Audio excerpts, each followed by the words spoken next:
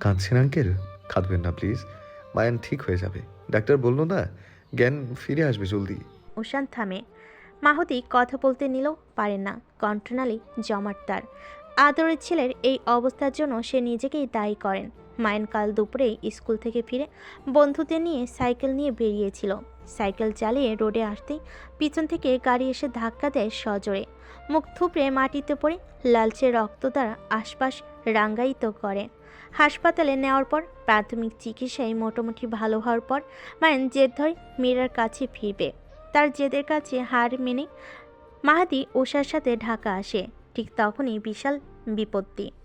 সবেমাত্রই হাসপাতাল থেকে রিলিজ পাওয়া মায়ের ভ্রমণ পথেই মাত্র অতিরিক্ত অসুস্থ হয়ে পড়ে। রক্ত বমি করে সে যে জ্ঞানশূন্য হয়ে পড়ে আছে। ঢাকায় এসে তাকে হাসপাতালে ভর্তি করার পরও একই অবস্থা, জ্ঞান ফেরেনি। ডাক্তার বলেছে দ্রুতই জ্ঞান ফিরে আসবে। মাহাদি অপরাধী কণ্ঠে বলল, মীরার কাছে আমি মুখ দেখাই কি করে বলো তো বাবা?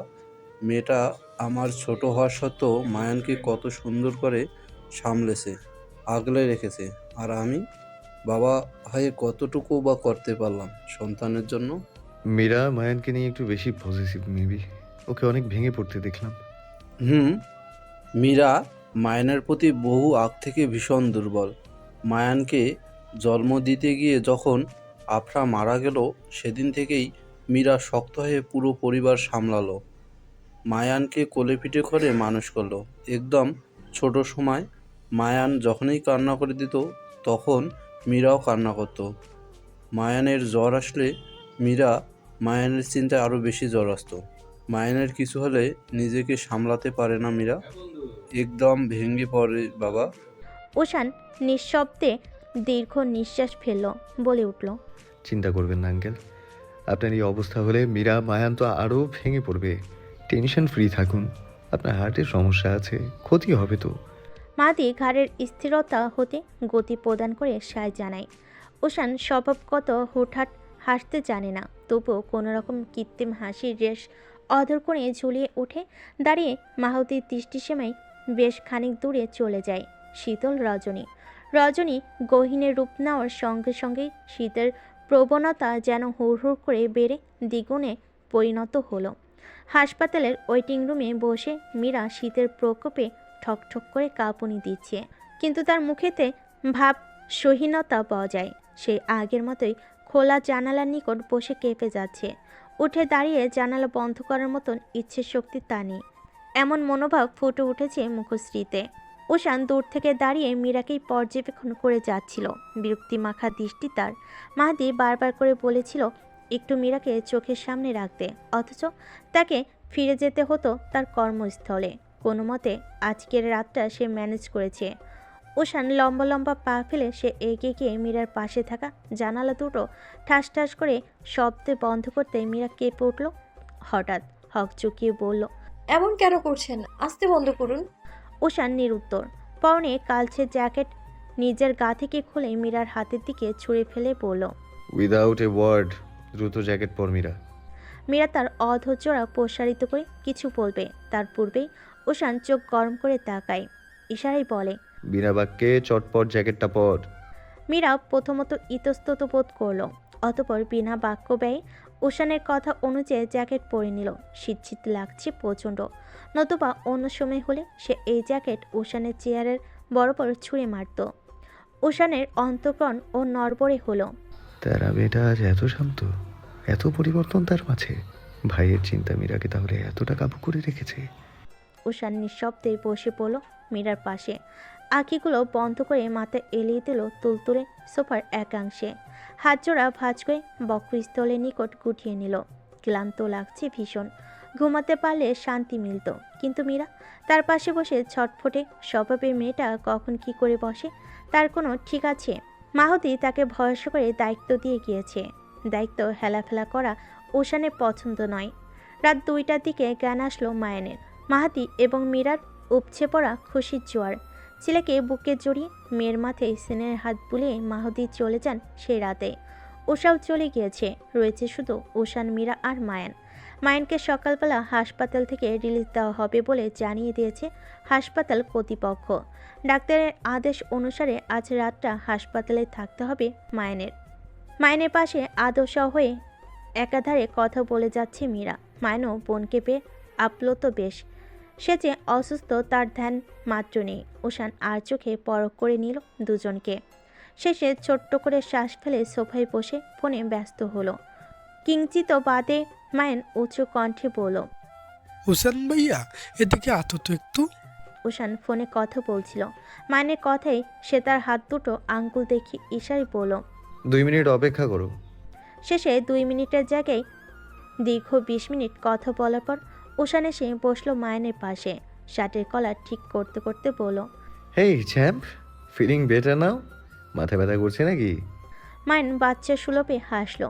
মায়ানের কেন যেন ওশানকে বড্ড বেশি ভালো লাগে। ওশান তার কাছে ম্যাজিক্যাল পারসন। ম্যাজিকের মতো কীভাবে যেন তার সকল দুঃখ চট করে অনিলে মিশিয়ে উধাও করে দেয়। মায়ান একগাল হেসে বলল, একটু মাথা ব্যথা করতে না, কিন্তু পিপলা কামড় দেওয়ার মতো একটু ব্যথা করতে। মায়ানের কথা এবং বলার ভঙ্গি দেখে ওশান মীরা দুজনেই কিঞ্চিত হাসলো। মায়ান তার প্রিয় দুজন ব্যক্তিকে একসাথে হাসতে দেখে নিজে বিশ্বজয়ের হাসি দিয়ে খিলখিল হাসিতে ফেটে পড়ে। হঠাৎ মীরা গম্ভীর হয়ে বলে উঠল, অনেক বাদ্রামো হয়েছে মায়ান, এখন ঘুমা একটু। ডক্টর রেস্ট করতে বলেছে না?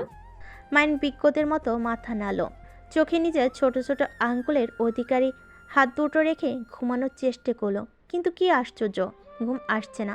শেষে ফট করে চোখ খুলে সে ওশান এবং মীরার হাত নিজের হাতের মুঠোয় নিয়ে নিল। ঘটনার আশঙ্কিক ওশান বিছানায় শুয়ে পড়তে বাধ্য হয়ে সাথে মীরাও। মায়ান ফটফট চোখ বন্ধ করলো।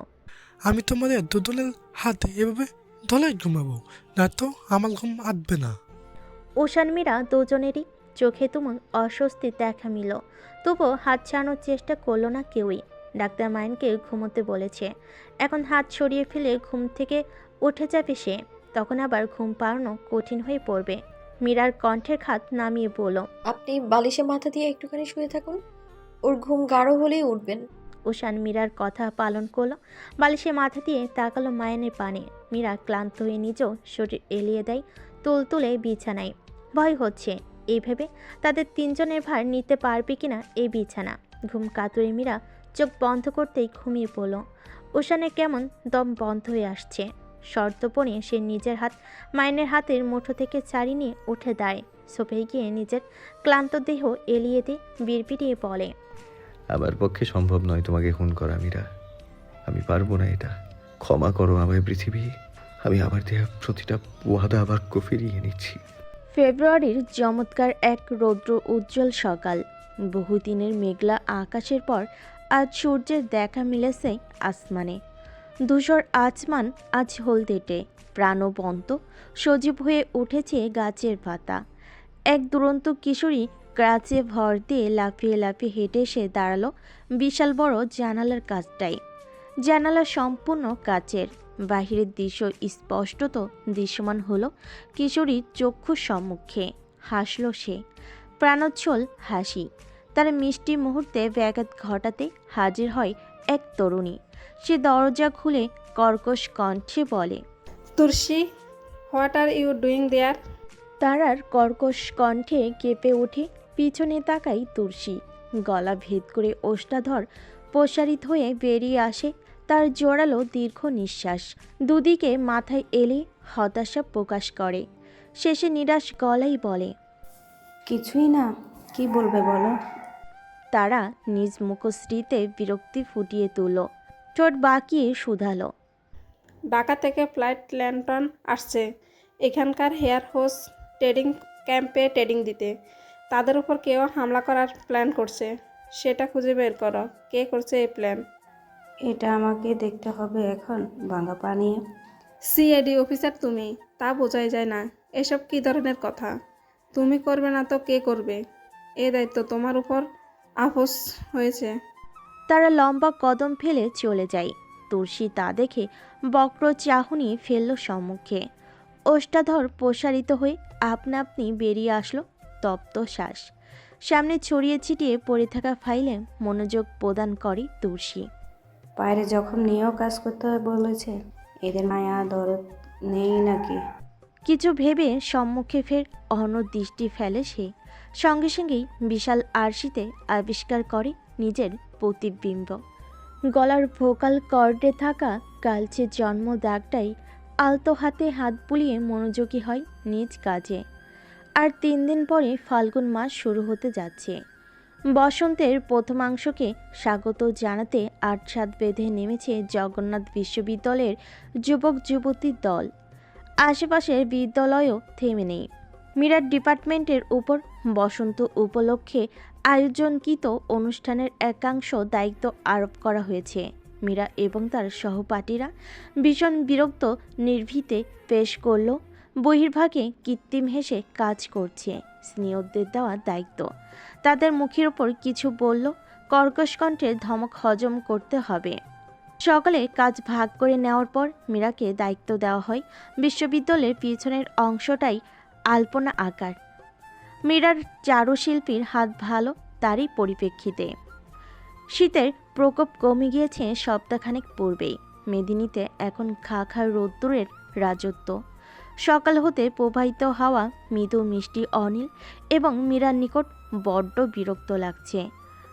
রংমাখা হাত নিয়ে কপালের কাছে পড়ে থাকা চুলগুলো কানের পিঠে গুজে দেওয়ার তীব্র প্রয়াসে যখন সে ব্যর্থ প্রমাণিত হলো, বিতৃষ্ণায় রাগে ক্ষোভে প্রচণ্ড বিরক্তি দিতে ওষ্ঠ্য দিয়ে আপনা আপনি বাজে কিছু অকথ্য ভাষা বেরিয়ে এলো তার।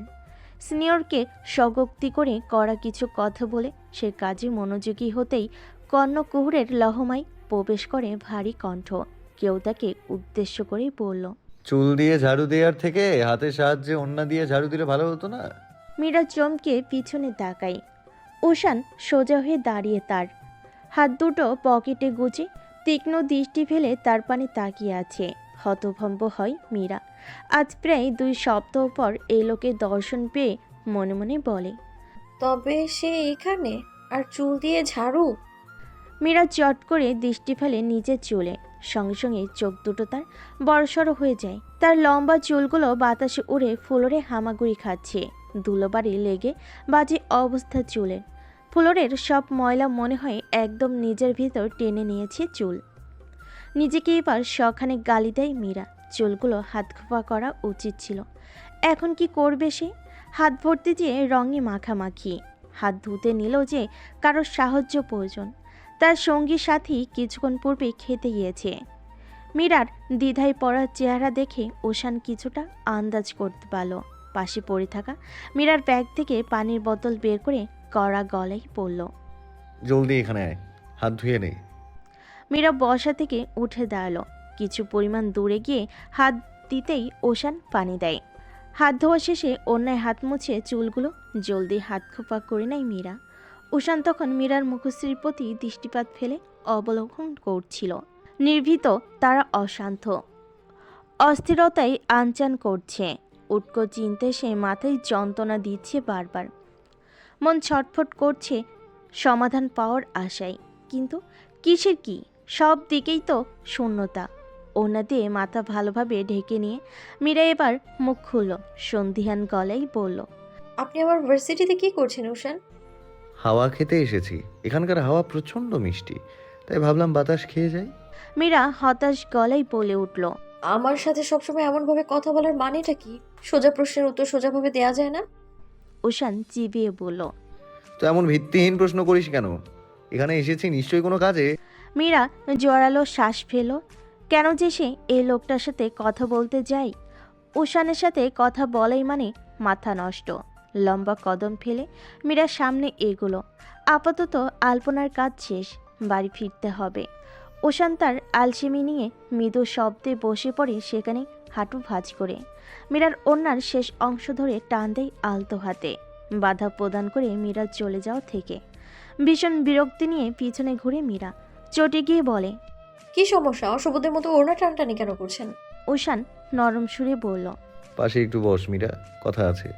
না, আপনার আমার সাথে কোনো কথা নেই। থাকতে পারে না। যে কাজে এসেছেন তা করুন, যান। মীরার তেজি কণ্ঠ রাগে দাঁতে দাঁত লেগে ঘর্ষণ সৃষ্টি করছে।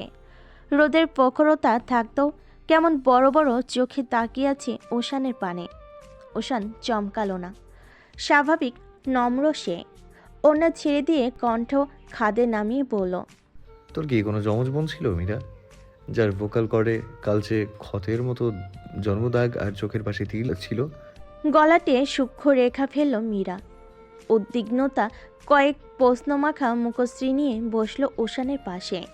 কণ্ঠ তীক্ষ্ণ করে বলে উঠল, হঠাৎ এইসব জানতে চাচ্ছেন কেন বলুন তো? মতলব কি আপনার? হাস্যোজ্জ্বল প্রকৃতির ওশান আচানক গরু গম্ভীর রূপে নিজেকে আবৃত করে নিয়ে বলল, আমার উত্তরটা আগে দে মীরা। উম, আমার কোনো যমজ বোন নেই। আমরা এক ভাই এক বোন, মায়ান আর আমিই শুধু। তবে ওশান নড়েচড়ে বসে বলল, তবে আমার খালাতো বোন তুলসী, আমি আর ও হুবহু একই রকম দেখতে ছিলাম ছোটবেলায়। ক্লাস 5-এ ওঠার পর আমাদের চেহারায় ভিন্নতা এসেছিল, আর আপনি যা বর্ণনা দিলেন ওগুলো তুলসীর মধ্যেই আছে। কাজিন হলেও প্রায় 12 বছর বয়স অবধি আমরা একই রকম ছিলাম দেখতে। কথা শেষে মীরা মাথা তুলে তাকালো। সঙ্গে সঙ্গে চমকে হোক অথবা অবাক হয়েই বা হোক না কেন, তার ওষ্ঠাধরের মাঝে বিশাল এক ব্যবধান সৃষ্টি হলো। উষানকে দেখে সে ঠিক এই মুহূর্তে কি প্রতিক্রিয়া দেখাবে বুঝতে পারছে না। উষানের চাপা গায়ের রঙে মিশে আছে লালচে আভা, রক্তিমতা। মুখশ্রীতে লালচে আভা ক্রমশ বাড়ছে বলে মনে হলো। নেত্র জোড়া সাদা অংশটুকুও রক্তিমাকা ধারণ করেছে। উষান যে রেগে গিয়েছে তার ঢের বুঝতে পারল মীরা। আশ্চর্যজনক লাগলো এই রেগে যাওয়াটা তার কাছে। পর্যবেক্ষণ শেষে মীরা বলে উঠল, উষান, আর ইউ ওকে? এমন দেখাচ্ছে কেন আপনাকে? উষান ধাতস্থ করে নিজেকে। আপাতত সামলে নিস্তব্ধ শ্বাস ফেলে বলে উঠল, নাথিং সিরিয়াস। খালাতো বোন হওয়া সত্ত্বেও এত মিল থাকতে পারে, ব্যাপারটা অদ্ভুত না? আমার কাছেও অদ্ভুত লাগতো, কিন্তু পরে যখন আলাদা দেখতে হয়ে গেলাম তখন আর অদ্ভুত লাগেনি। তোর কাজিন এখন কোথায়? জানি না, বাবা বলতে পারবে। আম্মু মারা যাবার পর বাবা আমায় আর মাহাদিকে ফুপির কাছে পাঠিয়ে দেয়। তখন ফিরে আসলাম যখন কয়েক বছর পর, তখন আর খালামণিকে দেখিনি। আব্বুকে জিজ্ঞেস করলেও উত্তর পাইনি। উষান আশ্চর্য হয়ে বলল, মানে যখন তোর 7-8 বছর বয়স তখন তুই তোর ফুপ্পির কাছে ছিলি? হ্যাঁ। উষান ধপ করে নিজের চক্ষুজোড়া বন্ধ করে নিল। সব কিছু এলোমেলো, সব কিছুই। কিছুক্ষণ বাদে মীরার নম্র কণ্ঠ শুনে হঠাৎই উষান প্রথম থমকালো। মীরা অতীব শান্ত থেকে বলল, আপনি আমায় পছন্দ করেন উষান? দেখুন, আমি কোনো ভিত্তিহীন কারণ ছাড়া এই প্রশ্নটা আপনাকে করিনি। সেদিন আমার দুল কিনে দেয়া মিথ্যে বলে চট্টগ্রাম থাকতে ফার্মাসি যাওয়ার নাম করে আমার বাসায় পৌঁছে দেয়া, আমাকে কি আপনার বোকা মনে হয়? মনোবিজ্ঞানের ছাত্রী আমি, তার উপর মেয়েদের ষষ্ঠ ইন্দ্রিয় কতটা দুঃখর আশা করি বলা লাগবে না আপনাকে। এবার আমার প্রশ্নের উত্তর দিন উষান ভাই, কেন করছেন আপনি এসব আমার জন্য? কারণটা কি? সঠিক উত্তর দিন। গোধূলি লগ্নের অন্তিম প্রহর, আকাশ জুড়ে লাল আভা বিরাজমান। কুয়াশার আড়ালে ঢাকা পড়তে শুরু করেছে বিশাল আকৃতির দালানগুলো। নীরব প্রকৃতিতে পাখিদের ডানা ঝাপটানোর আওয়াজ চারপাশে প্রতিফলিত হচ্ছে সমধুর রূপে। মিষ্টি সতেজ অনিলের বিচন মেদিনীতে। রক্তিম বিকেলের শেষ অংশ অন্তিম হয়ে ধীরপদে নামছে আধারের পাল্লা। অন্তরিক্ষে সন্ধ্যা তারা জলজল করে জানান দিচ্ছে সায়াহ্নের আগমনী ঘটবে কিয়ং 10 বাদেই। শীতল কক্ষ, বাহিরের অবশিষ্ট রোশনির ছিটেফোঁটা অবধি নেই নিঃশব্দটা বিচরণ করা কক্ষে। থেমে থেমে কারোর গুমট কান্নার শব্দধ্বনি কর্ণপাত হচ্ছে করুণ রূপে। কষ্ট বুক চিরে বেরিয়ে আসা দীর্ঘ নিঃশ্বাসের পাল্লা সময়ের সাথে দ্বিগুণ হচ্ছে। বন্ধ দরজার ওপাশ থেকে দরজায় করাঘাত করতে করতে রুহি ক্লান্ত হয়ে সেখানে ধপ শব্দ উৎপত্তি করে বসে পড়ল। চিন্তায় ললাটে নোনা ঘাম আবির্ভূত হয়েছে। বক্ষস্থলের ডান পাশে থাকা হৃৎপিণ্ড তুমুল বেগে স্পন্দিত হচ্ছে ক্ষণে ক্ষণে। দুপুরবেলা মীরাকে কাঁদতে কাঁদতে বাসে ফিরতে দেখে তার অন্তঃস্থল স্যাঁত করে উঠেছিল। কি হয়েছে তা জিজ্ঞেস করবে, কিন্তু মীরা তার সুযোগ না দিয়ে রুমে গিয়ে দরজা বন্ধ করে দেয়। শতবার ডাকার পরও খুলেনি দরজা। রুহির ভয় করছে প্রচণ্ড। মীরার হলোটা কি? খারাপ কিছু নয় তো? ঘুটঘুটে আধারে চেয়ে থাকা কক্ষে বালিশে মুখ গুজে চাপা সুরে কাঁদছে মীরা। কাঁদতে কাঁদতে মুখশ্রীর বেহাল দশা। রক্তিম হয়েছে আখি জোড়ার সাদা অংশ। সর্বমুখশ্রী হেসকি তুলে কাঁদছে অনবরত। হাসি দিয়ে ফেলেছে ইতিমধ্যেই বেশ কয়েকটা। মীরারই এক সমস্যা, কান্না করলে সর্দি লেগে যায়। রুহির চিন্তিত কণ্ঠ মীরার ধ্যান কেড়ে নিতে ব্যর্থ। ইহ জগতের কোনো ধ্যান আপাতত মীরার মধ্যে নেই। সে ব্যস্ত নিজ ভাবনা জগতে। বিশ্ববিদ্যালয়ের ক্যাম্পাসে বলা উষানের প্রতিটি বিষাক্ত তীরে ন্যায় বাক্য অনবরত তার হৃৎপিণ্ড এবং মস্তিষ্কে শোচালো আঘাত করছে। ক্যাম্পাসে উপস্থিত থাকাকালীন মীরা যখন অতীব উত্তেজনা নিয়ে প্রশ্ন ছুড়ে দিয়েছিল, তখন উষানের করা প্রতি উত্তর ছিল এইরূপ। দেখ মীরা, এটা সম্পূর্ণ তোর ভুল ধারণা। আমি তোকে ভালোবাসি না। এসব করেছি নিজ দায়িত্ব থেকে। সেদিন রাতে ফার্মেসি যাওয়ার নাম করে তোকে বাসায় পৌঁছে দেয়া, ওটা আমি বিবেকবোধ থেকে করেছি। অত রাতে একা যাওয়াটা রিস্কি। তারপর কানের দুল কিনে দেওয়াতে যে রিজনটা আমি দেখিয়েছিলাম সেটা একদম সত্যি। তুই চাইলে খোঁজ নিয়ে দেখতে পারিস। ক্লিয়ার করতে পেরেছি? এইসব ভাবনা কখনোই মাথায় আনবি না, অ্যাটলিস্ট আমাকে ঘিরে তো অবশ্যই না। অতটুকু বার্তা মীরার অন্তঃকরণে অশান্ত ঝড় তুলতে সক্ষম হয়েছিল। কোনো মতে সেখান থেকে টলতে টলতে নিজের পাশে এসে ঘরবন্দি করে নিয়েছিল নিজেকে। চেষ্টা করেছিল বোঝার কোনো সে এতটা কষ্ট পাচ্ছে, কেন এই ছন্নছাড়া ব্যক্তির জন্য তার মন অনলে দহন হচ্ছে। পরিশেষে দীর্ঘ 1 ঘন্টার মাত্রা অতিরিক্ত চিন্তা ভাবনায় মীরা আবিষ্কার করল যে উষার নামক খামখেয়ালি পাথর মানবটাকে একটু একটু করে এই 2.5 মাসে নিজ অন্তরালে এক বিশাল জায়গায় স্থান দিয়ে ফেলেছে। তার নিভৃতের এক স্থান জুড়ে দখলদারত্ব করে বসে আছে উষান রেজওয়ান। মীরার সবচেয়ে ঘৃণিত বস্তু বনই প্রেম আজ তার সর্বাঙ্গ জুড়ে রাজত্ব করছে। ব্যাপারটা হজম করা ভীষণ কষ্টসাধ্য। তারই পরিপ্রেক্ষিতে এই দীর্ঘক্ষণ কন্দনের মেলা বসেছে। নেত্রকোনা অশ্রু দ্বারাও সিক্ত হচ্ছে বারবার। দরজার নিকট আবারও করাঘাত, ভরাট কণ্ঠস্বর। মীরা এবার এই কণ্ঠ শ্রবণ করল। কর্ণকুহরে তার ঝঙ্কার তুলল। মস্তিষ্ক বলছে তার কাঙ্ক্ষিত সেই ব্যক্তির আগমন ঘটেছে। সে এসেছে। ভাবনায় ছেদ পড়ে কর্কশ ধ্বনি কর্ণপাত হওয়ার পর দরজার ওপাশ থেকে উষান উচ্চ স্বরে বলে উঠল, তুই যদি এখন দরজা না খুলিস মীরা, আমি এই দরজা এক্ষুনি ভেঙে ফেলবো। মীরা ব্যস্ত পায়ে উঠে দাঁড়ায়। আশ্চর্য তো, রাগ তো তার দেখানোর কথা, উল্টো এই ব্যক্তি কোথা থেকে উড়ে এসে ফের তার উপর অধিকার ফলাচ্ছে। মীরা দ্রুত হাতে দরজার নবে মোচড় দিয়ে লক খুলে ফেলল। তৎক্ষণাৎ ওপাশ হতে দরজার ধাক্কা দিয়ে প্রবেশ করে সেই দাম্ভিকতা নিয়ে চলা মানুষটা। বাদামি মুখটাই রোষ্ঠতা বিরাজমান। মীরা শুষ্ক ঢোক গিলল। এ লোকে তো রেগে কেন?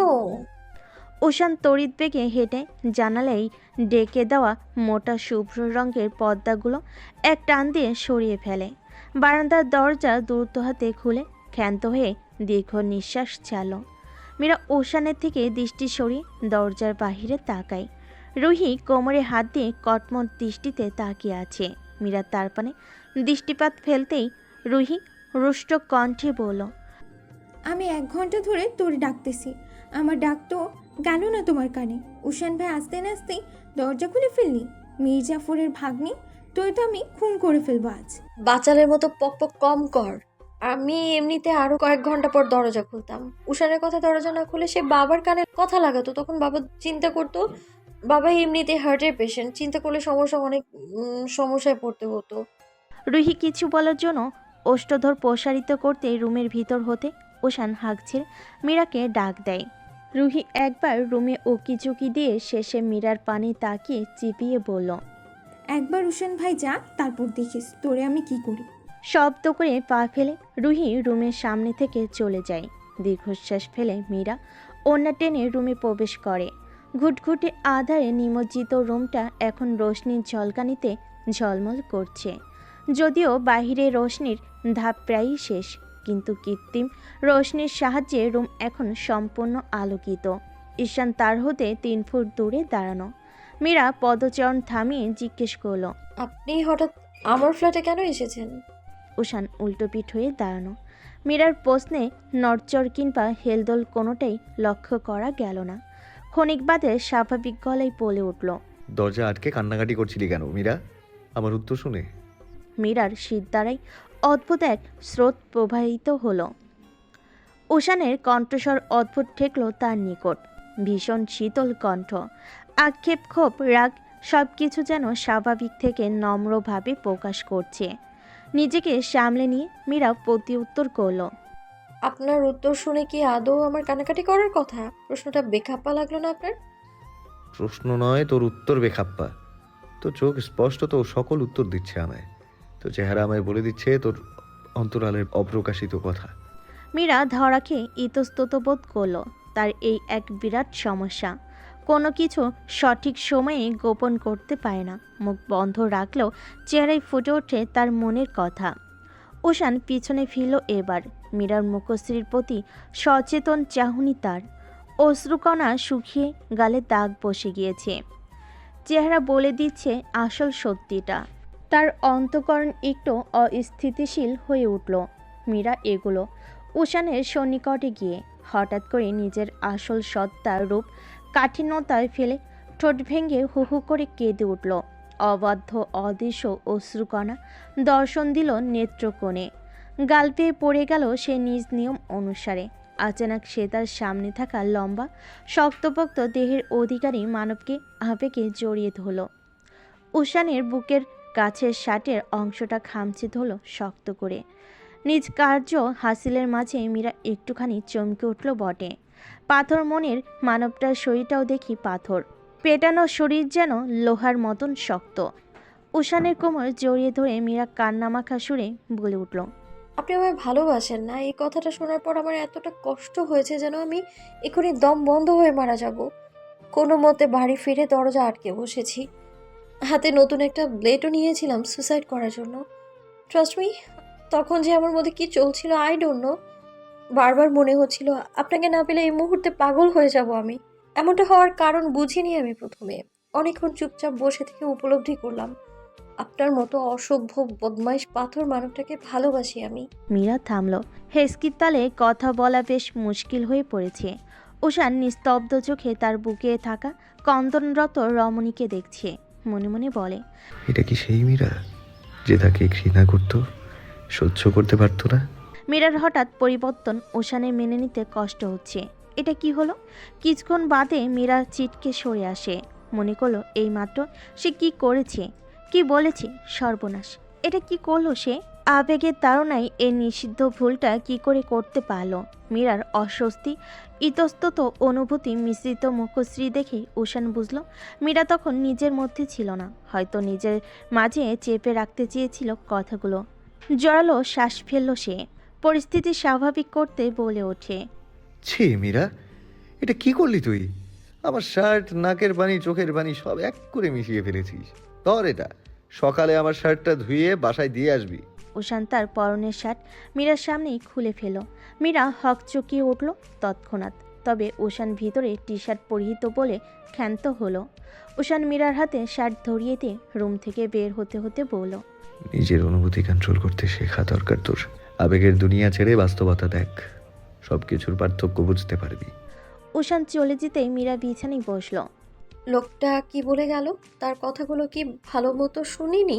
ভালোবাসার মাঝে আবেগ শব্দটাকে টানছে কেন সে?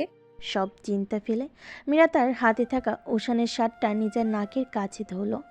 শ্বাস টেনে উপলব্ধি করে প্রিয় পুরুষের গায়ের মিষ্টি পুরুষালী ঘ্রাণ। দরজার ওপাশ হতে সরে যায় উষান। বুক চিরে তার আপনা আপনি বেরিয়ে আসে দীর্ঘ নিঃশ্বাস। এসবে শেষ কবে? কবে সে তার উপর আরোপিত বিশাল দায়িত্বের ইতি টেনে শান্তি অস্থির প্রিয়তম প্রহরকে কাছে টানতে পারবে? পুষাপে ব্যস্ত এরিক। কোথা থেকে তর্ষি উড়ে এসে তার পিঠের ওপর বসে পড়ল। মুখ থুবড়ে পড়ে যেতে নিয়েও নিজেকে সামলে পুষাপ করতে থাকে সে। কিছুক্ষণ বাদে থেমে থেমে বলতে লাগলো। তুলসী ভাবনাহীন গলায় উত্তর দেয়, কেন আসতে পারি না নাকি? আসা নিষেধ? তাহলে চলে যাই। স্টপ, পরে পুশ আপ করো, আমার কিছু কথা আছে, উঠে এসো। তুলসী এরিকের উপর থেকে নেমে ডিভাইনে গিয়ে বসলো। এরিক উঠে দাঁড়িয়ে তোয়ালে দিয়ে অবশিষ্ট ঘামটুকু মুছতে মুছতে এগুলো তুলসীর নিকট। সন্নিকটে দাঁড়িয়ে কিছু বলবে তৎক্ষণাৎ মাথার পিছন দিকটায় চাপ অনুভূত হলো তার। সঙ্গে সঙ্গে সিটকি পড়ল সামনে। তারপর অনুভব করলো তার ওষ্ঠাধর এক কোমল অধর জোড়ার মাঝে আস্তে ধীরে বিলীন হয়ে যাচ্ছে। রিক আশ্চর্য হয়, চরম আশ্চর্য। প্রায় 3 মাস নিজের কর্মস্থলে টানা থেকে আজ বাসায় ফিরেছে ওশান। এসেছে তাও ক্ষণিকের জন্য। তার দায়িত্ব অনেক। নিজের ফ্ল্যাটে থাকতে পায় না কখনো, কয়েক মাস পর পর আসে, এসে কিয়ৎক্ষণ থেকে চলে যায়। এখানে তার আগমন ঘটে মূলত ব্যক্তিগত কিছু কাজ সম্পূর্ণ করতে। উষান ক্লান্ত দেহ নিয়ে বাইরে নাস্তা আনতে গিয়েছে। ইচ্ছে ছিল মীরাকে দিয়ে সকালের খাবার বানিয়ে নিবে, কিন্তু 3 মাস আগের সেই ঘটনা স্মরণ হতেই সেই ইচ্ছেটা মাটি চাপা দিয়েছে। শীতে কাঁপতে কাঁপতে বাহির থেকে খাবার এনে খাওয়ার পর্ব শেষ করে যেই না ঘুমোতে যাবে, তৎক্ষণাৎ নীরবতা ধ্বংস করে শব্দের উৎপত্তি হয় কলিং বেলের মাধ্যমে। উষান দাঁতে দাঁত চেপে বিড়বিড় করে বলে উঠল। For God sake. তীব্র তার পাশে শুয়েছিল। কলিং বেলের শব্দে চট করে আখিজোড়া উন্মুক্ত করে বিশ্রী এক গালি দিয়ে বসল আগন্তুককে। শেষে উষানের পানে দৃষ্টিপাত ফেলে বলল, এত সকালবেলা তোর বাসায় কে আসছে? তুই যেখানে আমিও সেখানেই। কি করে জানবো কে আসছে? তীব্র উঠে বসে আমতা আমতা করে প্রতি উত্তর করে। আচ্ছা বুঝলাম, যা দেখ গিয়ে কে আসলো। উষান লম্বা কদম ফেলে দরজার নিকট এগুলো। পেছন হতে তীব্র উকি দিয়ে আছে। দরজা খোলার পর সামনে থাকা ব্যক্তিকে দেখে দাঁত দিয়ে জিভ কাটল তীব্র। নির্ভীতে নিজেকে কয়েকটা গালি দিয়ে বসল। পরিশেষে বিড়বিড়িয়ে শুধালো, ছি, বাবিকে গালি দিয়ে পেলাম। হাল্লা মাফ করো, তবা তবা। মীরাকে এত সকালে দেখে উষান হঠাৎ চটে গেল। মেয়েটার সমস্যা কি? আসতে না আসতেই বাসায় তার আগমন। উষান ধমকে সুরে বলল, এত সকালে কি চাই? আমি ডিস্টার্ব করতে নিষেধ করেছি না? মীরা সূক্ষ্ম দৃষ্টিতে উষানকে দেখছিল। উষানকে আজ প্রায় 3 মাস পর দর্শন করা। মাঝে 3 মাস উষান ফ্ল্যাটে আসেনি। চিন্তার চোখে দেখার তৃষ্ণায় একাকার হয়ে ঘুম আসেনি মীরার। বারবার মন একটাই বার্তা দিয়েছে তাকে, উষান কবে ফিরবে। অল্প কয়েকদিনের মধ্যেই এই ব্যক্তির উপর কতটা সে দুর্বল হয়েছে ভাবা যায়। উষানের প্রতি তার ভালো লাগা সৃষ্টি বহুদিন যাবৎ। উষানকে দেখলে তার অন্তঃস্থল শীতল হয়ে যেত। মন অজান্তেই চলত এই প্রক্রিয়া। তারপর আস্তে ধীরে সৃষ্টি হলো ভালো লাগা, ঘৃণা, বিরক্তবোধ করা ব্যক্তিটিকে জায়গা দিল নিজ অন্তমহলে। উষানের মুখশ্রী, চাহনি, কথা বলার ধরন, হাঁটা চলা, সুঠাম দেহ দেখে যে কেউ তার প্রতি দুর্বল হতে বাধ্য। মীরা এর একটা দেখেও উষানের প্রেমে পড়েনি। প্রেমে পড়েছে বিশেষ এক মনোভাব দেখে। মীরা কেঁপে উঠল মীরা উচ্চস্বর শ্রবণ শুনে। ধাতস্থ হয়ে নিজের হাতের শপিং ব্যাগটা ওশানের হাতে তুলে দিয়ে বলল, আপনার শার্টটা, আজকে আমার বাসায় ফিরতে লেট হবে, আর তার আগে আপনার লাগে কি না তাই দিয়ে গেলাম। ওশান খপ করে শপিং ব্যাগ হাতে তুলে দরজা বন্ধ করবে, তৎক্ষণাৎ তাকে থামিয়ে দিয়ে মীরা নম্র সুরেই বলল, এতদিন কোথায় ছিলেন আপনি? জাহান্নামে। সশব্দে দরজা বন্ধ করে ওশান রুমে ফিরে আসে। হাতের ব্যাগ ছুঁড়ে মারে ফ্লোরে। 2 হাত দিয়ে চেপে ধরে মাথার চুল। না, ফ্ল্যাট ছাড়তেই হবে। অতপর ঘুমানোর প্রস্তুতি নিতেই তীব্র হুট করে বলে উঠল, মেয়েটার সাথে এমন ব্যবহার করছিস কেন? ওশান কম্বল শরীরের উপর দিয়ে বালিশে মাথা এলে দীর্ঘ নিঃশ্বাস ফেলল। নীরস কণ্ঠে বলল, যেমন ব্যবহার ওর প্রাপ্য তেমন ব্যবহারই করি। ভালোবাসি তোকে, ফিরিয়ে দিয়েছিস দে। এমন উগ্রীব ব্যবহারের কি দরকার? ভালো ব্যবহার করেছিলাম দেখেই আজ এই পর্যায়ে এসে শাসন না করলে আমার পিছু ছাড়বে না। জাস্ট কয়েকজন মেয়ের অপরাধ দেখে পুরো নারী জাতিকে ঘৃণা করতে হবে? এটা কেমন হলো? বলে যা পেছনের কথা। মীরা অমন না উষান। প্রথম নারী যাকে আমি মায়ের পর সব থেকে আপন ভাবতাম, সে আমার চোখের সামনে আবার মাকে হত্যা করলো। দ্বিতীয় নারী যিনি আমার কাছে সম্মানিত ব্যক্তি ছিলেন, সে আমার মাকে হত্যা করায় সাহায্য করলো। তৃতীয় নারী যে আমার সবচেয়ে কাছের বন্ধু ছিল, সে আমায় 1 মাস বিনা অপরাধে জেল খাটালো। চতুর্থ নারী আমার বোন, সে আমায় হত্যা করার চেষ্টা করলো। পঞ্চম নারী, সে তোকে আমার সামনে ক্ষতবিক্ষত করে ধোঁকা দিয়ে চলে গেল। এত কিছুর পর তুই আমায় নারী জাতির উপর বিশ্বাস করতে বলছিস তীব্র? তুই পারবি বলতো? না, ওই উষানকে বোঝানো আমার কম্য নয়। রাত প্রায় 10টা ছুঁই ছুঁই। ক্লাস টিউশনি শেষ করতে করতে আজ একটু বেশি লেট হয়ে গেছে মীরার। দ্রুত পথে হাঁটছে সে। পাশ দিয়ে শাসা করে দু একটা গাড়ি ছুটে যাচ্ছে তাকে পেছনে ফেলে। রিক্সা নিব নিব করেও নেয়নি। ব্যাগে টাকা নেই। টিউশনির টাকা দিয়ে পরশু সে কিছু গুরুত্বপূর্ণ বই কিনেছে। মাসের বাকি আছে আরও 12 দিন, অথচ হাত খালি। বাবার কাছে টাকা চাইতেও লজ্জা লাগে। অন্যমনস্ক হয়ে হাঁটার মাঝে ইটের সাথে পা আটকে মুখ থুবড়ে মাটিতে পড়ে যায় মীরা। তুতনিতে তরল কিছু টের পাওয়ার পর মাটিতে হাত দিয়ে ভর দিয়ে উঠে বসে সে। তলে উৎস দেখার প্রয়াসে থুতনি স্পর্শ করে চক্ষুর সম্মুখে আনার পর দৃশ্যমান হলো রক্তিম হাত। পায়ের হাঁটু ছিলে নীলচে পোশাক রক্তিম হয়েছে। ব্যথায় দাঁতে দাঁত চেপে চোখ খিচে বন্ধ করে নেয় মীরা। তৎক্ষণাৎ কর্ণকুহুরে ভেসে আসে পিছন হতে আগত কঠিন কণ্ঠস্বর। রাস্তার মাঝে এভাবে বসে কি নিজেকে ভিক্ষুক প্রমাণিত করতে যাচ্ছিস মীরা? ভিক্ষা করতে নেমেছিস? মীরা ধপ করে আঁখি জোড়া উন্মুক্ত করে পিছনে তাকায়। উষান বাইকে বসে। কিছুক্ষণ মৌন থেকে মীরা চেঁচিয়ে বলে উঠল। একদম উল্টাপাল্টা কথা বলবেন না, পড়ে গিয়েছি আমি। মীরা নিশ্চুপ। নির্ভীতে আহত সে বিড় করে বলে। উষান কি আমার আঘাতপ্রাপ্ত রক্তে রঞ্জিত স্থানটা দেখেনি? মীরা পায়ের ব্যথায় যে সে ক্রমাগত কাঁপুনি দিচ্ছে সেটা কি খেয়াল করেনি? হাঁটু ছিলে যে নীল রঙের পোশাক রক্তিম হয়েছে তা দর্শন করেনি? সব কিছু তো সম্মুখেই দৃশ্যবান।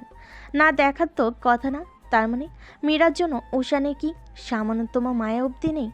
এতটা পর মীরা উষানের হাতে ভর দিয়ে ওঠার চেষ্টা করে মীরা ভূমি থেকে ব্যর্থ সে ফের। পায়ের ব্যথাটা তুমুল। উষান তীক্ষ্ণ দৃষ্টিতে তাকায়।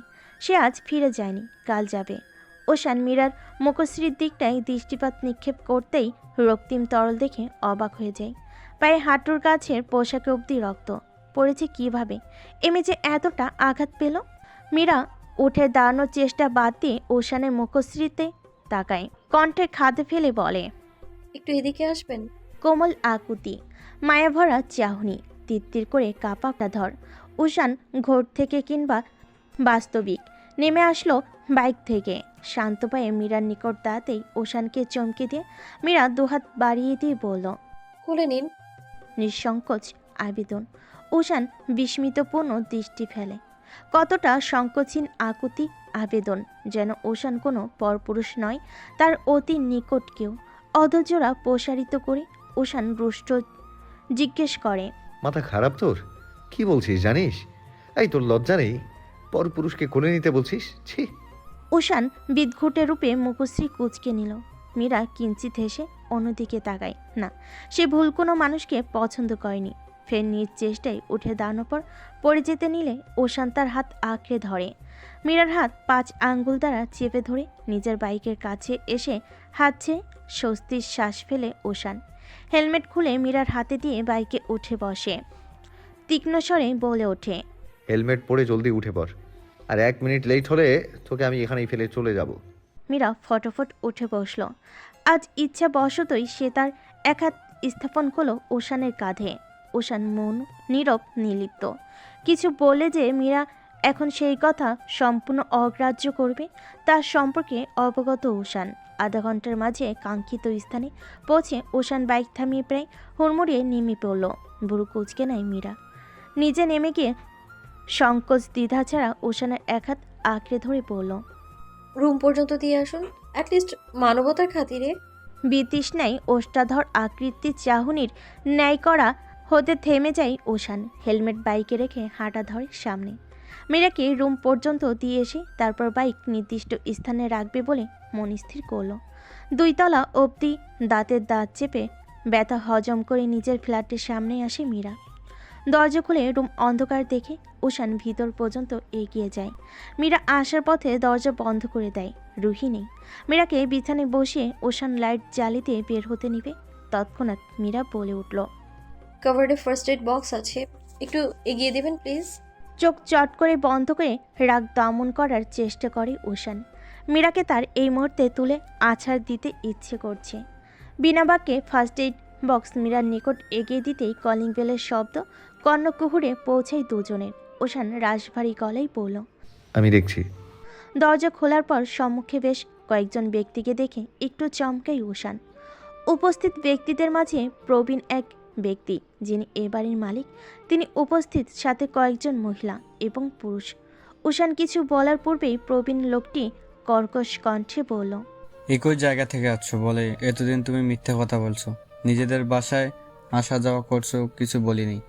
আজ রুহি বাসায় নাই, তোমরা দুজন অভিভূত হয়ে এক ঘরে কি করো দরজা আটকে? আসার পথে দেখলাম ভালোই জড়জড়ি ঢলাঢলি করে আসতেছো। আজকে তোমাদের দুজনের ছাড়মু না, ওই ধর দুইটারে নিয়ে আয় বাইরে। আজকে উচিত শিক্ষা দেবো এই দুজনকে।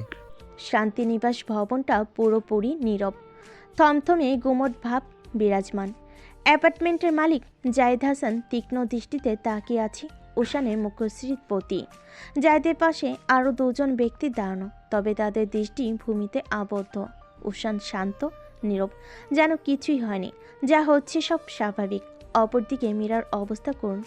অল্পতেই উত্তেজিত হওয়ার স্বভাব আছে তার। ভীতিগ্রস্ত নয়নে চারপাশ আর চোখে দেখে চলেছে। হঠাৎ মৌনতায় ধ্বংস সৃষ্টি করে জায়েদ বলে উঠলেন, উষান, কৈফিয়ত দাও, কি করতেছিলা রুমে দুজনে? আসার সময় অমন ডলাডলি জড়াজড়ি করে আইতেছিলা কেন?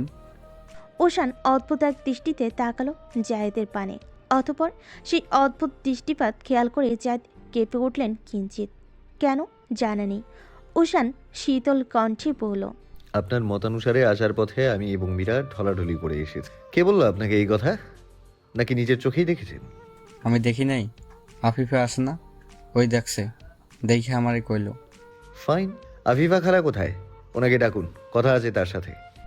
জায়েদের গলা শুকিয়ে আসছে বারবার। উষানের ব্যবহার স্বাভাবিক ঠেকছে না।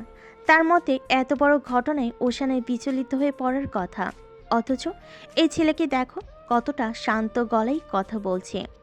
জায়েদ আফিফাকে হাঁক ছেড়ে ডাক দেন। আফিফা এই 10 তলা বিশিষ্ট ভবনের প্রত্যেকটা ফ্ল্যাটে কাজ করেন। ক্ষণিকের মধ্যেই উপস্থিত হলেন আফিফা। তার পান খাওয়া ওষ্ঠাদয় শুষ্ক, নেত্রের উপরিস্থ চামড়া যেন তিত্তির করে কাঁপছে। মুখশ্রীতে লেপ্টে আছে আতঙ্ক। সেকেন্ডের মাঝে আফিফার মুখশ্রী সূক্ষ্ম দৃষ্টিতে পর্যবেক্ষণ করে নিল উষান। পূর্বের থেকেও অতীব শান্ত কণ্ঠে বলে ওঠে, আপনি নাকি আমাকে আর মীরাকে পথে ঢলাঢলি করে আসতে দেখেছেন? আফিফা মাথা তুলে দৃঢ় ভাব নিয়ে বললেন। উষান তেসরা হাসল। নেত্রজোড়া তার এখনো অবধি অঞ্চল। মীরা পদে পদে চমকাচ্ছে উষানের ব্যবহারে। লোকটা এখনো এত শান্ত, প্রতিবাদ কেন করছে না? সে না হয় চিবুকে অসহনীয় যন্ত্রণে একটু শব্দ করতে পারছে না, কিন্তু উষান মৌনতা ধরে রাখা সম্ভব হলো না আর উচ্চস্বরে বলল, আন্টি, কি বলছেন এসব? আপনি জানেন, প্রমাণ আছে আপনার কাছে যে আমরা রাস্তায় ঢলাঢলি করে এসেছি? আশ্চর্য তো, আপনারা কি আমার হাত পায়ের আঘাত দেখতে পারছেন না? আপনাদের চোখের সামনেই তো রক্ত পড়ছে এখনো। রাস্তায় পড়ে গিয়েছিলাম অসাবধানতাবশত। আসার পথে উষান ভাইয়ের সাথে দেখা। তিনি শুধুমাত্র আমার হাতটা আলগা করে ধরে উপরে নিয়ে আসছিলেন। পায়ের তীব্র ব্যথায় পড়ে যাচ্ছিলাম আমি বারবার। আর রইল রুমের ব্যাপার। রুম অন্ধকার ছিল, আমার রুমের বাসায় নেই। অন্ধকারে ভেতরে গেলে আবারও আঘাত পেতাম, তাই উষান ভাই আমায় রুম পর্যন্ত দিয়ে লাইট জ্বালিয়ে বের হতে নিচ্ছিলেন।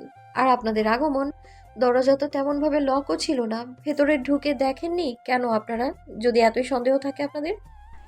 আফিফা এবং মীরার কথোপকথনের মধ্যে উষান ফোন কেটে বলল, মীরা, চুপ কর। আন্টি যখন বললো আমরা ঢলাঢলি করে ভেতরে এসেছি, তাহলে সবাইকে সেই দৃশ্যটা আগে দেখাই।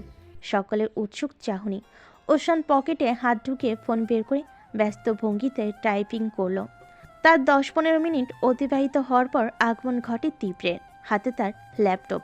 তীব্র এগিয়ে আসতেই উষান নিজ স্বভাবগত শান্ত সুরে বলল, অল সেট? ইয়া, স্ক্রিনে আনাই আছে, জাস্ট ওপেন কর। উষান ল্যাপটপ হাতে নিয়ে জায়েদ সহ উপস্থিত দুজন ব্যক্তির দিকে দৃষ্টিপাত ফেলে বলল, জড়াজড়ি সিনটা দেখবেন না? আসুন, ভেতরে আসুন, আয়েশ করে বসে দেখুন। উষান মীরার ফ্ল্যাটে ঢুকলো। পেছন পেছন আসলো সকলে। পড়ার টেবিলের উপর ল্যাপটপ রেখে তাতে ভিডিও ফুটেজটা ওপেন করে সামনের দিকে ঘুরিয়ে দিল যাতে সকলেই দেখতে পায়। ল্যাপটপ স্ক্রিনে স্পষ্টত দেখা যাচ্ছে মীরার হাত কতটা আলগা করে ধরেছে উষান। তাদের মাঝে দূরত্ব প্রায় অনেকখানি। ফ্ল্যাটের সামনে সে দরজা খুলে ভিতরে প্রবেশ করে দুজন। এতটুকু দৃশ্য শেষেই উষান পজ করে দেয় ভিডিও। বক্ষ স্থলের মাঝে দুহাত ভাঁজ করে নিয়ে আশি ভঙ্গিমায় দাঁড়ায়। পরিশেষে ভুরু নাচিয়ে জিজ্ঞেস করলো, তো জড়াজড়ি করে আসছিলাম আমরা, তাই না আন্টি? সিসিটিভি ফুটেজ ছিল এটা। জায়েদ হাসান চটে গেলেন তৎক্ষণাৎ। ক্ষুদ্র নেত্রে আফিফার পানে চাহনি নিক্ষেপ করে বললেন, আফিফা এইসব কি মিথ্যা কথা কইল কেন? ওনার প্রতি ক্ষুব্ধ হওয়ার পূর্বে সর্বপ্রথম নিজের দোষটা দেখা উচিত ছিল না আঙ্কেল? সব কিছু সম্পর্কে খোঁজ নিয়ে তো আসা উচিত ছিল না? আপনার বাড়ি নিশ্চয়ই জানতেন গ্রাউন্ড ফ্লোরে সিসি ক্যামেরা ছিল। কাচুমাচু করে তাকালেন জায়েদ। লজ্জায় নত হলেন, কণ্ঠের খাদ নামিয়ে অনুতপ্ত হয়ে বললেন, আমায় মাফ কইরা দাও বাবা। এই আফিফা আমারে এমনি বাজেভাবে কইছিল। আমার মাথা ঠিক ছিল না, রাগে বোধ বুদ্ধি ফালাইয়া আইসা পড়ছি। রুমে গিয়ে কি করেছি তার বিশদ বর্ণনা তো মীরার থেকেই পেলেন, নাকি বিশ্বাস হয়নি ওর কথা? প্রমাণ চাই? আমার কাছে তারও প্রমাণ আছে। জায়েদ ব্যতিব্যস্ত হয়ে বলেন, এই মিথ্যা কথা কেন কইলি ক? আমি বলছি আঙ্কেল, আফিফা আন্টির ছেলেকে মীরা একদিন থাপ্পড় মেরেছিল রাস্তায়, অনেক অপমানও করেছিল। আন্টির ছেলে মেয়েদের রাস্তায় বিরক্ত করতো, তাই মীরা থাপ্পড় মেরে হুমকি দিয়েছিল। সেদিন পুলিশ এসে জেলেও নিয়েছিল তার ছেলেকে। যতদূর বুঝতে পারলাম, ছেলের অপমানিত হওয়া এবং জেলে যাওয়া নিয়ে আন্টি ক্ষুব্ধ, তারই হয়তো শোধ তুললেন, মাঝে আমাকে ভাসালেন। মনটা না করে নিজের ছেলের দোষটা আগে দেখতেও পারতেন আন্টি। সম্পূর্ণ দোষ কিন্তু এখানে আপনার ছেলের। ছেলেকে মানুষ করুন। আজ আপনার ছেলে যেই মেয়েদের ডিস্টার্ব করে, সেই মেয়েদের মধ্যে যদি আপনার মেয়ে থাকতো, তাকে যদি অন্য কেউ এভাবে জ্বালাতো, তখন কি সেই ছেলের করা কর্মে সুখ থাকতেন? সবাইকে নিজের আপনজন ভাবুন, কাজ করতে সহজ হবে। ঘটনার সমাপ্তি ঘোষণা হলো। কিছুক্ষণ বাদে পরিবেশ আগের মতো হয়ে উঠল প্রাণবন্ত। সকলে ক্ষমা চেয়ে কোনো রকম কেটে পড়ল। ওশান আর এ ব্যাপারে মাথা ঘামালো না। দৃষ্টিপাত ফেলে এবার মীরার প্রতি। তীব্রকে নিজের রুমে যেতে বলে মীরার হাতে ফার্স্ট এইড বক্স তুলে দেয়। রুম থেকে বেরিয়ে যেতে যেতে বলে, ড্রেসিং করে নে, নয়তো ইনফেকশন হতে পারে। মীরা তপ্ত শ্বাস ছাড়ে। দরজা লাগিয়ে সে বসে বিছানায়। একটা ছোট ঘটনা থেকে কি হয়ে গেল? সমাজের মানুষ এমন অদ্ভুত রে কেন? ঘটনার 18 দিন পর সব কিছু আগের মতোই চলছে স্বাভাবিক রূপে। সেদিনকার ঘটনা যেন মাথায় নেই কারোরই। উষানের ভীষণ ব্যস্ত সময় কাটছে। মীরার দিনাতিপাত হচ্ছে নিজের পড়াশোনা নিয়ে। আজ বাসায় ফিরেছে উষান। দোতলায় এসে পা জোড়া থেমে গেল আপনা আপনি। প্রতিবার যখন সে ফ্ল্যাটে ফিরে বহুদিন পর পর, তখন মীরা লুকিয়ে দরজা ফাঁক করে তাকে দেখে। উষান যতক্ষণ অবধি উপরে উঠে চলে না যায়, ততক্ষণ অবধি মীরা দরজা কিঞ্চিত উন্মুক্ত করে উকি দিয়ে তাকিয়ে থাকে। উষান ব্যাপারটা খেয়াল করেনি প্রথমত, অতপর একসময় এই জিনিসটা উপলব্ধি করেছে। উষান নির্লিপ্ত নিশ্চুপ ছিল এ ব্যাপারে, কিন্তু আজ কেন যেন মীরাকে কিছু বলতে ইচ্ছে হলো। সদর দরজার সামনে দাঁড়িয়ে উষান ভরাট কণ্ঠে বলে উঠল, বাহিরে আয় মীরা, আমি জানি তুই আমায় প্রায় সময় চোরের মতো করে দেখিস। দরজার ওপাশ থেকে মীরা হকচকিয়ে উঠল। হতভম্ব সে। লোকটা বুঝলো কি করে? আশ্চর্য তো। মীরা একবার ভাবলো যাবে না উষানের সামনে, কিন্তু মন সায় দিল না তার ভাবনায়। পরবর্তীতে আসতে পারে সে ফ্ল্যাট থেকে বের হলো। পিছনে বসে থাকা রুহি এই দৃশ্য দেখে হতাশ চোখে মীরার যাওয়া দেখল। মীরা বেরিয়ে আসে, তবে উষানের মুখশ্রীর প্রতি ভুলেও তাকায় না। লোকটার চাহনি মারাত্মক। শ্বাস রুখে দেয়। উষান মীরাকে আপদমস্তক দর্শন করে বলল, এরকম চোরের মতো আমায় লুকিয়ে দেখার মানে কি? মীরা অন্তঃকরণে শব্দগুচ্ছ বিন্যস্ত করে সাজাতে লাগলো। কিন্তু কি অদ্ভুত ব্যাপার, কণ্ঠনালীতে যেন শব্দগুচ্ছ জট পাকিয়েছে। মীরাকে চুপ দেখে ওশান তেজি কণ্ঠে বলল, কি হলো, উত্তর দে। মীরা কেঁপে উঠল। অন্তকরণ নির্দেশনা দিল, আর মৌনব্রত পালন করা ঠিক হবে না। বার দুয়েক ঢোক গেলে জিহ্বা দ্বারা ওষ্ঠাধর সিক্ত করে মীরা বলে উঠল, নিজেকে কি মনে করেন আপনি? হ্যাঁ, আপনাকে আমার লুকিয়ে দেখা লাগবে? আমি অবশ্যই উকি দিয়ে আপনাকে দেখছিলাম না। কয়েকদিন ধরে রাতের বেলা কেউ দরজা ধাক্কা দিয়ে চলে যায়। প্রথম কয়েকদিন ধরতে পারিনি কে করেছে এমনটা। তারপর থেকে উকি দিয়ে দেখার চেষ্টা করি কে করে, কিন্তু কয়েকদিন ধরে বন্ধ। কাল আবার এমন করেছিল, তাই আজ উকি দিয়ে দেখছিলাম। That's it. মীরা দম নিল।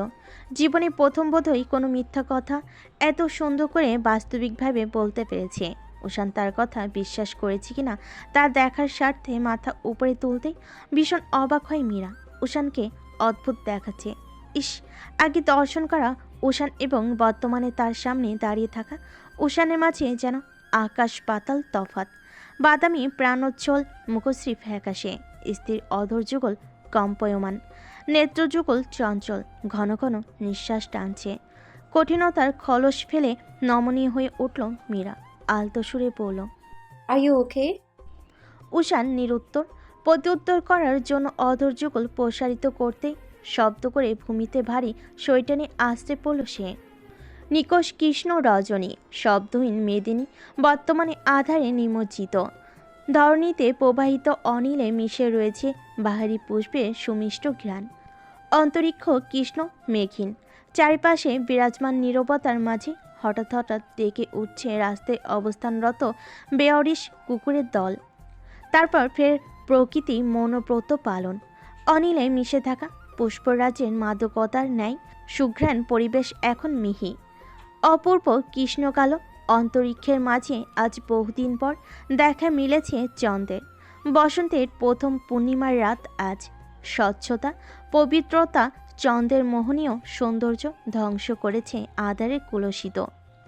জানালার কপাট উন্মুক্ত, সেখান হতে শাসা করে আসছে মিষ্টির সতেজ হাওয়া। মীরা ধ্যান নেই সেদিকে। চন্দ্রপ্রভা রজনী দেখেও তার ইচ্ছে হলো না চন্দ্রবিলাস করার। তার চিন্তাগ্রস্ত নেত্রযুগল পর্যবেক্ষণ করছে ঘুমন্ত উষানকে।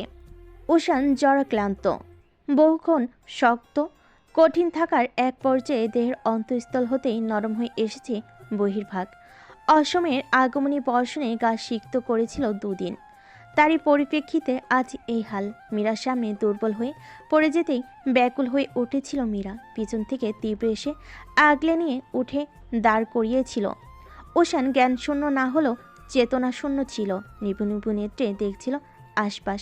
মীরা তখন তীব্রকে বলে, উষানকে আমার ফ্ল্যাটে নিয়ে আসো, এখন আর 5 তলায় নেওয়ার দরকার নেই। তীব্র তাই করল।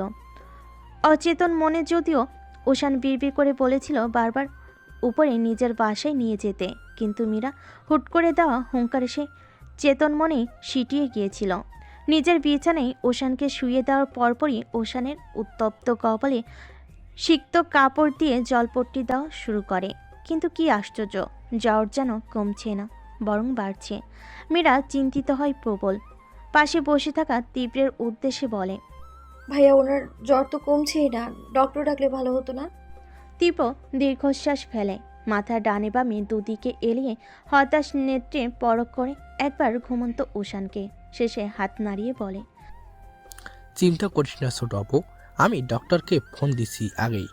কাছেই হয়তো তিনি। ওশানের জ্বর হলে এত সহজে জ্বর ছাড়ে না, আমি জানতাম এবারও এমনটাই হবে, তাই ব্যক্তিগত ডাক্তারকে আগে থেকে ইনফরমেশন করে রেখেছি। মীরা হাতে সিক্ত কাপড়ের টুকরো পানি ভর্তি বলে রেখে দিল। পরিশেষে আর চোখে তাকালো পাথর মানবটার মুখশ্রীর দিকটায়। উষানের মুখশ্রী ফ্যাকাশে হয়ে রয়েছে, শুকিয়ে একটুখানি। সর্বমুখশ্রীতে প্রকাশ পাচ্ছে এক অদৃশ্য যন্ত্রণা। মীরার হৃদবক্ষ হুহু করে ওঠে। শক্তপোক্ত পাথর মানুষটার এমন মলিন দুর্বল অবস্থা দর্শন করার পর দুরুদুরু করছে অন্তঃকরণ। অস্থিরতা বাড়ছে সময়ের সাথে পাল্লা দিয়ে। লোকটা সম্পূর্ণ সুস্থ না হলে সে প্রশান্তি পাবে না কিছুতেই। 2-3 বার নেত্র পল্লব ফেলে অন্যদিকে দৃষ্টি দেয় মীরা। রুহি একদম কর্নারে বসে একমনে ফোনের দিকে তাকিয়ে। তীব্র মাথা নিচু করে বসে। মীরা উঠে দাঁড়ে। সতেজ অনিল প্রয়োজন। দম বন্ধ হয়ে আসতে চাইছে বারবার। ডাক্তার এসে ওশানকে দেখে গিয়েছে আধা ঘন্টা হবে। তীব্র গিয়েছে ডাক্তার এগিয়ে দিতে আর প্রয়োজনীয় কিছু ওষুধ আনতে, যেগুলো ডাক্তার লিখে দিয়ে গেলেন। রুহি রান্নাঘরে। ওশানকে স্যুপ খাওয়াতে বলেছে ডাক্তার, তারই পরিপ্রেক্ষিতে সে গিয়েছে স্যুপ বানাতে। মীরাকে বসিয়ে রেখেছে ওশানের নিকট। মীরা খেয়াল করল এতক্ষণ পর এই বিশাল রুমটাই সে এবং ওশান ছাড়া অন্য কেউ নেই। রুম সম্পূর্ণ খালি। সংকোচ দ্বিধা হুড়মুড়িয়ে জাপটে ধরল ক্ষণে। নিঃশব্দ কক্ষে শব্দের উৎপত্তি ঘটল ওশানের গোঙ্গানির মাধ্যমে। মীরা হকচুকি উঠল, চটজলদি উঠে দাঁড়িয়ে ওশানের নিকটবর্তী এগিয়ে উত্তেজিত কণ্ঠে বলল, উষান, কি হয়েছে আপনার? বেশি খারাপ লাগছে? ওশান নিরুত্তর সম্পূর্ণ, আপন মনে আর্তনাদ করছে। মীরা ব্যাকুল হয়ে ওঠে। হঠাৎ করে লোকটা এমন করছে কেন? এতক্ষণ তো শান্ত ছিল, ঘুমাচ্ছিল কি সুন্দর। কিছুক্ষণ পর উষান যখন ছটফট শুরু করলো, মীরার অবস্থা তখন করুণ হয়ে গেল। কেঁদে উঠল মন অজান্তেই। মস্তিষ্ক থেকে তার বেরিয়ে গেছে ফ্ল্যাটে যে আরেকজন সুস্থ মানুষ উপস্থিত। ঈষৎবাদে ওশান স্থির হয়, নেত্রজোড়া উন্মুক্ত করে। তৎক্ষণাৎ সম্মুখে দেখা মিলে কন্দনরত রমণীর। মীরা তখনও কাঁদছে। ওশানের নেত্রযুগল উন্মুক্ত দেখে মীরা ব্যাকুলতা নিয়ে প্রশ্ন করল, ঠিক আছেন আপনি? অমন ছটফট করছিলেন কেন? খুব বেশি খারাপ লাগছে? উষান শান্ত আঁখি দৃষ্টি ফেলে, আশঙ্কিক জ্ঞান ফেলে মীরার বাহু আলতো করে স্পর্শ করে ওঠে। মীরার এই স্পর্শে তেমন ভাবাবেগ লক্ষণ করা গেল না। সে নিজেতে নেই। উষানের চিন্তায় মস্তিষ্কের স্নায়ু কোষ তখন একদম অচল। উষান শীতল কণ্ঠে বলল, ঠিক আছে, আমি খারাপ স্বপ্ন দেখেছিলাম, তাই হয়তো ঘুমের ঘরে ছটফট করছিলাম। কাঁদছো কেন? মীরা নাক টানল। উষান ভালো আছে শুনে অন্তরাল শীতল হলো। উচ্ছ্বসিত গালে দুহাত দিয়ে মুছে নিয়ে ভেজা কণ্ঠে বলল, এমনি। উষান এই প্রথম মীরার গাল স্পর্শ করল। কেঁপে উঠল কিঞ্চিত মীরা। গালে থাকা অবশিষ্ট অশ্রুকণা নিজের বুড়ো আঙ্গুল দিয়ে মুছে দিল। অদর যুগলে সিক্ততা প্রদান করে মিহি স্বরে বলল, এমনি কেউ কাঁদে নাকি বোকা? কলিং বেলের কর্কশ ধ্বনি। দুজন মানব মানবীর ধ্যান ফিরল তৎক্ষণাৎ। মীরা হুঁশে এসে নিজেকে ওশানের অতীব নিকটবর্তী আবিষ্কার করে শ্বাস রুখিয়ে ছিটকে সরে দাঁড়ালো। উষান তখন অস্থির প্রহরে উপস্থিত। কি করছিল সে? পরনারীকে স্পর্শ করলো, তাও ঘোরের বসে। এমন তো আগে কখনো হয়নি। নিজের মস্তিষ্কের উপর তার সর্বোচ্চ পরিমাণ নিয়ন্ত্রণ আছে, কিন্তু আজ হয়তো অসুস্থ বলে এই মস্ত বড় ভুলটা হলো। মীরা আড়ষ্ট হয়ে দাঁড়িয়ে। নির্মেদ গাল দুটো রক্তিম হয়েছে ইতিমধ্যেই। চিকন চিকন আঙ্গুলগুলো কেঁপে কেঁপে উঠছে। একটু আগে সে নিবিড় লহমায় কথা স্মরণ হতেই সিদ্ধারা কেঁপে উঠছে। নিজেকে অন্তঃকরণে সখানে গালি দেয় মীরা। এটা কি হলো? তার মন কোথায় ছিল? মস্তিষ্ক ভাবনা মগ্নকালীন মীরার কর্ণকুহর নিকট পৌঁছে ওশানের কণ্ঠ। ভর কণ্ঠে ওশান বলল, I am sorry, Mira. Don't get me wrong. I don't know what happened to me. I touched you by mistake. Pardon me. It's okay. মীরার নির্ভুল স্বর। ওশান ব্যস্ত হয়ে উঠে দাঁড়ালো। মাত্র অতিরিক্ত মাথা ব্যথার ফলস্বরূপ উঠে দাঁড়ানোর পরই মনে হলো পুরো দুনিয়া ঘুরছে। পড়ে যেতে নিতেই নিজেকে সামলালো। মীরা ব্যস্ত হয়ে বলল, উঠছেন কেন? আপনি এখনো অনেক অসুস্থ, দুর্বল। ডক্টর রেস্ট নিতে বলেছে আপনাকে। মীরার কথা শ্রবণ করার সেকেন্ড খানিক পর উষানের ওষ্ঠধর কোণে দেখা মিলল তার ছেলের হাসি। শার্ট টেনে টনে স্ট্রং হয়ে দাঁড়ালো। থমথমে কণ্ঠে বলল, আমি একজন লেফটেন্যান্ট, মীরা, বুঝেছ? এতটুকু জ্বরে বেড়ে পড়ে থাকা আমায় মানে না। তাছাড়া আই এম অল রাইট। ঠিক আছেন? হাহ, একটু আগে দুর্বলতার জন্য আপনি আমার সামনে মাটিতে পড়ে গিয়েছিলেন, মনে নেই? বসুন, তীব্র ভাইয়া ঔষধ নিয়ে আসছে, খেয়ে তারপর যা করার করুন। উষানের অনিচ্ছা সত্ত্বেও বসল। মাথার অবস্থা ভালো না। মাথার রগ যেন ছিঁড়ে যাবে এক্ষুনি। গরমের চোটে ঘেমে একাকার সে। শার্টের দুটো বোতাম খুলে নিয়ে বলল, ফ্যান ছাড়তো মীরা, গরম লাগছে অনেক। মীরা বুঝল উষানের জ্বর ছেড়েছে। তবু নিশ্চিত হতে উষানের কপালে চট করে হাত রাখল। স্বাভাবিক তাপমাত্রা। উষান ডান ভোর উঁচু করে তীক্ষ্ণ স্বরে বলল, জ্বর মাপার জন্য থার্মোমিটার আছে, হাত দিয়ে দেখার কি দরকার? মীরা চমকালো প্রথমে, শেষে নিজেকে সামলে নিয়ে বলল, আপনি যেমন ভুলবশত বারবার আমায় তুই থেকে তুমি, তুমি থেকে তুই বলছিলেন, তেমনি আমি ভুলবশত থার্মোমিটারের কথা ভুলে হাত দিয়ে দেখছিলাম। উষান নিশ্চুপ। অন্তঃকরণে সে চমকিত হলো। মীরাকে যে সেই কখন থেকে তুই থেকে তুমি বলে ফেলেছে, বারবার তার খেয়াল নেই একদমই। মনে মনে বলে উঠল, আজ হয়েছে নাকি আমার? অদ্ভুত সব ভুল কাজ করছি কেন? আশ্চর্য তো। উষানের উত্তরের অপেক্ষায় না থেকে মীরা গিয়ে ফ্যান ছেড়ে আসলো। অতঃপর রুমে উপস্থিত না থেকে বেরিয়ে আসলো রুম থেকে। উষানের সামনে থাকতে অস্বস্তি কাজ করছে। উষানের বলা তুমি ডাকটা বারবার তাকে দুর্বল করে দিচ্ছে, মুগ্ধ করছে। কিন্তু এমন হলে তো হবে না। মীরা সিদ্ধান্ত নিয়েছে সে আর উষানের পিছু পিছু ঘুরবে না। এভাবে উষানের পিছে লেগে থাকা মানে তো নিজেকে স্যাঁচড়া প্রমাণিত করা। কিন্তু সে তো এমন না। আত্মমর্যাদা সম্পূর্ণ ব্যক্তি মীরা। 15-এর ফাঁদে পড়ে চরম মাত্রার স্যাঁচড়া হয়েছিল কয়েকদিন। সেই দৃশ্যপট নেত্র সম্মুখে ঘুলে লজ্জায় মাথা নিচু হয়ে আসে তার। উষান যখন তাকে পছন্দ করে না, তাহলে পাথর মানবটার পিছে ঘোরার কোনো মানেই হয় না। সবার তো নিজ নিজ স্বাধীনতা আছে নিজের পছন্দ প্রকাশ করার। উষানের পছন্দ হয়তো আরও উচ্চ মানের। তার মতো শ্যামন নারীকে উষানে কি আর মনে ধরবে? এসব ভেবেই নিজের অন্তঃস্থল সর্বোচ্চ মাত্রায় শক্ত কঠিন করেছে মীরা। পরন্ত বিকেল, পশ্চিম অন্তরিক্ষে হেলে পড়েছে হলুদ কমলাটে বনের উত্তপ্ত সূর্য। অন্তরিক্ষে লেপ্টে আছে রক্তিম বেশ কয়েকটা লম্বা লম্বা দাগ। হলদেটে আলোয় দিঘির পানি জলজল করছে অতীব সৌন্দর্যে। উত্তর দিক থেকে আসা মিষ্টি বাতাস বারবার মাথার চুলগুলো কপালের কাছে ফেলে দিয়ে যাচ্ছে উষানের। বিরক্তিতে দাঁত কিরমির করে ঠায় দাঁড়িয়ে আছে বাইকে হেলান দিয়ে। তীব্রতাকে দাঁড় করিয়ে ফ্ল্যাটে গিয়েছে। ভুলবশত গুরুত্বপূর্ণ কিছু ফাইল রেখে এসেছে, তা আনতে গিয়েছে। উষান ব্যস্ত নেত্রে পর্যবেক্ষণ করছে মাত্রই আসা মেইলগুলো। ট্রেনিংয়ের তারিখ পড়েছে, মার্চের শেষের দিকে তাকে ঢাকা ছাড়তে হবে। ট্রেনিং দিতে যেতে হবে যশোরের এয়ারফোর্স ক্যাম্পে। ধপাধপ পদচারণের শব্দে ফোন থেকে দৃষ্টি সরায় উষান। সম্মুখে দৃষ্টিপাত ফেলতে দৃশ্যমান হয় তার সহকারী দিগন্তকে। দিগন্ত উষানের ব্যক্তিগত কাজে সহযোগিতা করে। দিগন্ত প্রায় ছুটে এসে হাঁপাতে হাঁপাতে বলে,